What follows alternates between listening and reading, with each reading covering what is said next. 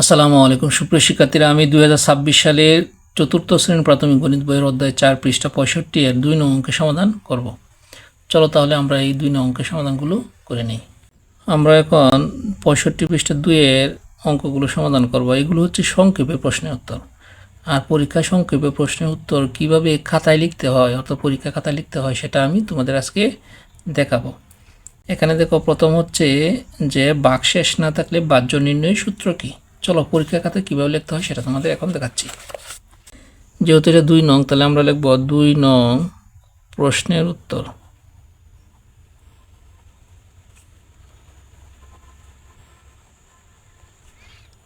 তাহলে 2 নং প্রশ্নের উত্তরে 1 নাম্বার বলা আছে বাহ্য নির্ণয় সূত্র। তাহলে আমরা লিখব বাহ্য সমান বাজক গুণ ভাগফল। তাহলে ভাগশেষ না থাকলে বাহ্য নির্ণয় সূত্র হলো বাজক গুণ ভাগফল। আশা করি বুঝতে পারছো। যেহেতু সংক্ষেপে প্রশ্নের উত্তর, সেহেতু এভাবেই তোমরা লিখবা। চলো আমরা এখন 2 নং অঙ্কের সমাধান করি। 2 নং অঙ্কে বলা আছে 240কে কোন সংখ্যা দিয়ে ভাগ করলে ভাগফল 12 হবে। আমরা যেহেতু এটা সংক্ষেপে প্রশ্নের উত্তর, সুতরাং আমাদের সমাধান করে দেখাতে হবে এরকম না বিষয়টা। আমাদের উত্তরটা লেখাটাই হচ্ছে আসল কাজ। তাহলে আমরা 240-রে 12 দিয়ে ভাগ করলেই ভাজকটা বের হবে।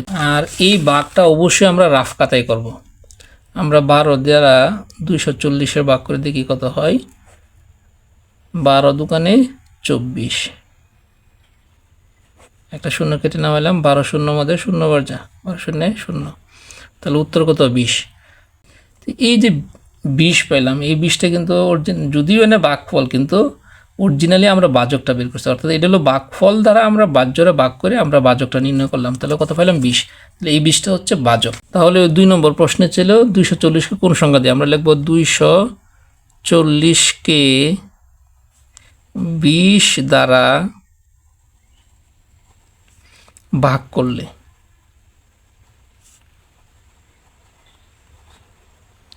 ভাগফল 12 হবে। সুপ্রিয় শিক্ষার্থীরা, আশা করি তোমরা এই 2 নং অঙ্কের সমাধান বুঝতে পারছো। আমরা এখন 2-3 নং অঙ্কের সমাধান করব। 500 টাকার একটি নোট দিয়ে 25 টাকা মূল্যের কয়টি রং পেন্সিল কেনা যাবে। অর্থাৎ 500 টাকার নোট দিয়ে আমরা 25 টাকা মূল্য, অর্থাৎ একটা রং পেন্সিলের মূল্য যদি 25 টাকা হয়, তাহলে 500 টাকা দিয়ে আমরা কয়টা রং পেন্সিল কিনতে পারবো সেটা বলছে। চলো আমরা এই 3 নং অঙ্কের সমাধান করি। 3 নাম্বার সমাধান করলে সমস্যা নেই, না করলেও সমস্যা নেই। তাহলে আমরা এখানে লিখে বলি 25 টাকায় কিনা যায় একটি রং পেন্সিল।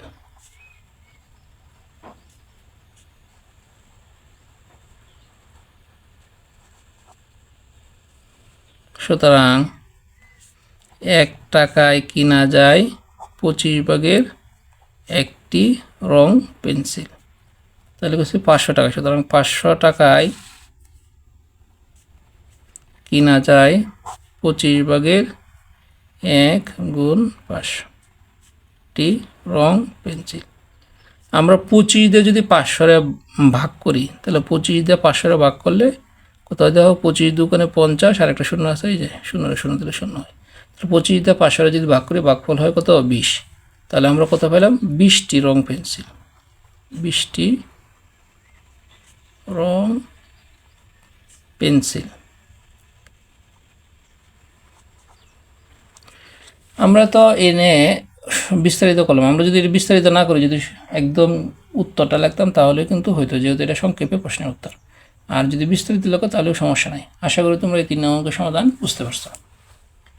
আমরা এখন 4 নং অঙ্কের সমাধান করব। একটি বাক্সে 20টি পুষ্পিন থাকলে 400টি পুষ্পিনের জন্য কতটি বাক্স লাগবে। আমি 3 নং অঙ্কটা যদি বিস্তারিত করছি, কিন্তু 4 নং অঙ্কটা তোমাদের সংক্ষিপ্ত আকারে প্রকাশ করে দেখাবো কীভাবে করতে হয়। তাহলে একটি বাক্সে যদি 20টি পুষ্পিন থাকে, তাহলে 400টি পুষ্পিনের জন্য কতটি বাক্স লাগবে। তাহলে কি করতে হবে? আমাদের এই 400-রে যদি আমরা 20 দিয়ে ভাগ করি, তাহলেই আমাদের কতটি বাক্স লাগবে সেটা বের হবে। চলো তাহলে আমরা এই 400-রে 20 দিয়ে ভাগ করি রাফ খাতায়। আমরা রাফ খাতায় যদি 20 দিয়ে 400 ভাগ করি, তাহলে দেখো কত হয়, 20 40-এর মধ্যে 2 বার যা, 20 দুগুণে 40, এই শূন্য কেটে নামাইলাম, 20 শূন্যর মধ্যে 0 বার যা, তাহলে উত্তর কত পেলাম, 20। তাহলে আমরা 400টি পুষ্পিনের জন্য 20টি বাক্স লাগবে। আমরা যদি শুধু এই কথাটা লিখি তাহলেও চলবে, যেহেতু এটা সংক্ষেপে প্রশ্নের উত্তর। আমরা লিখতে পারি 400টি পুষ্পিনের জন্য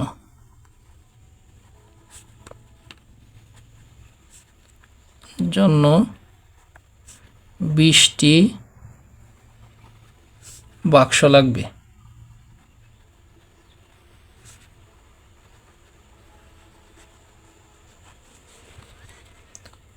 আশা করি তোমরা এই 2-এর 4 নং অঙ্কের সমাধান বুঝতে পারছো। আমরা এখন 2-এর 5 নং অঙ্কের সমাধান করব। এক খালি ডিমের দাম 40 টাকা হলে 9টি ডিমের দাম কত? দেখো এক খালি সমান 4টি। এইসব অঙ্ক আমি যে জিনিসটা বললাম, শুধু যদি উত্তর লিখে তাহলে সমস্যা নেই, আবার যদি আমি বিস্তারিত করি তাহলেও সমস্যা নেই। চলো আমরা এটা রাফ খাতায় সমাধান করে শুধু উত্তর লিখব। তো চলো তাহলে আমরা 5 নং অঙ্কের সমাধান করি, বিস্তারিত করলে সমস্যা নাই। তাহলে আমরা জানি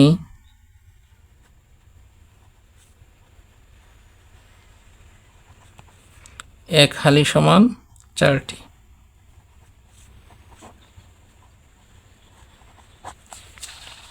তাহলে কি পাইলাম, 4টি ডিমের দাম 40 টাকা। 4টি ডিমের দাম 40 টাকা। সুতরাং একটি ডিমের দাম অবশ্যই কম, তাহলে 40-এ আমরা 4 দ্বারা ভাগ করব। 40-এ যদি আমরা 4 দ্বারা ভাগ করি তাহলে কত হয়, 4 × 10 = 40, 10 টাকা। তাহলে একটি ডিমের দাম আমরা কত পাইলাম, 10 টাকা। এখন বলছে 9টি ডিমের দাম কত, তাহলে একটি ডিমের দাম যেহেতু 10 টাকা, সুতরাং 9টি ডিমের দাম কী হবে, 10-এর সাথে 9 গুণ করতে হবে। 10 × 9 টাকা সমান কত, 9 × 10 = 90 টাকা। তাহলে 9টি ডিমের দাম আমরা কত পেলাম, 90 টাকা। আশা করি তোমরা এই 5 নং অঙ্কের সমাধান বুঝতে পারছো। আমি যে বিস্তারিত করলাম, যে জিনিসটা বলতেছে বিস্তারিত করলে সমস্যা নেই। আবার যদি তুমি বলো 9টি ডিমের দাম 90 টাকা, এটা লিখলেও চলবে, কারণ যেহেতু এটা সংক্ষেপে প্রশ্নের উত্তর। আশা করি তোমরা এই যে 2-এর 5টা অঙ্ক করলাম, যে 1 থেকে 5 পর্যন্ত, এই 5টা অঙ্কই তোমরা বুঝতে পারছো। সুপ্রিয় শিক্ষার্থীরা, আজকে এই পর্যন্তই। আমার ভিডিওগুলো যদি তোমাদের ভালো লেগে থাকে তাহলে অবশ্যই আমার চ্যানেলটি সাবস্ক্রাইব করে আমার পাশে থাকবা। সকলকে ধন্যবাদ। আসসালামু আলাইকুম।